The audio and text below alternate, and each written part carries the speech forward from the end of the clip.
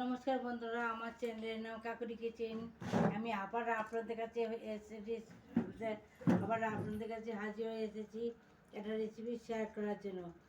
প্রচণ্ড গরম পড়েছে, আমি আজকে রান্নার দিকে ঝামেলায় যাচ্ছি না। আমি আজকে একটা শরবত বানাবো, পাকা আমের শরবত। আমি পাকা আমকে 500 পাকা আম নিয়েছি।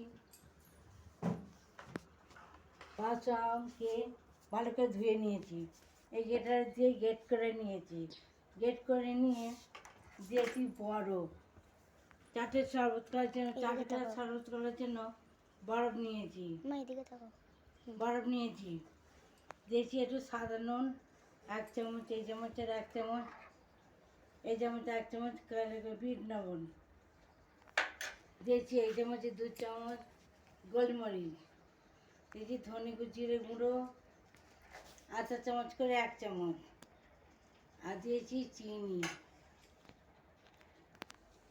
আবার ভালো করে একসাথে সব মিক্সড করেছি, করে ভালো করে মিক্সিতে, এই আমার হলো ব্লেন্ডার, আমি ভালো করে গ্রেট করে নিয়েছি। সব কিছু গ্রেট করে নিয়ে ভালো করে পিষে নিয়েছি। পিষে নিয়ে 4টে গ্লাসে রেডি করে দিয়েছি।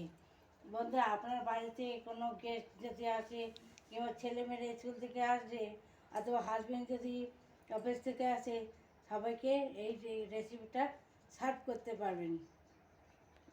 আর আপনার বাড়িতে বানিয়ে খেয়ে দেখবেন, খুব ভালো হয়েছে। আর এর মধ্যে আমি দুধও দিয়েছি 200 গ্রাম, আমার এটা 100 মাপ, মানে 200 আমুল দুধ দিয়েছি। সব একসাথে ভালো করে মিক্সিতে ভালো করে পিষে নিয়েছি, নিয়ে আমি শরবত বানিয়ে ফেলেছি।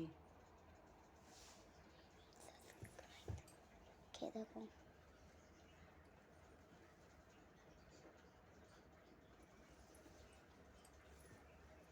বন্ধুরা, এই গরমের শরবতটা ভীষণ ভালো হয়েছে খেতে।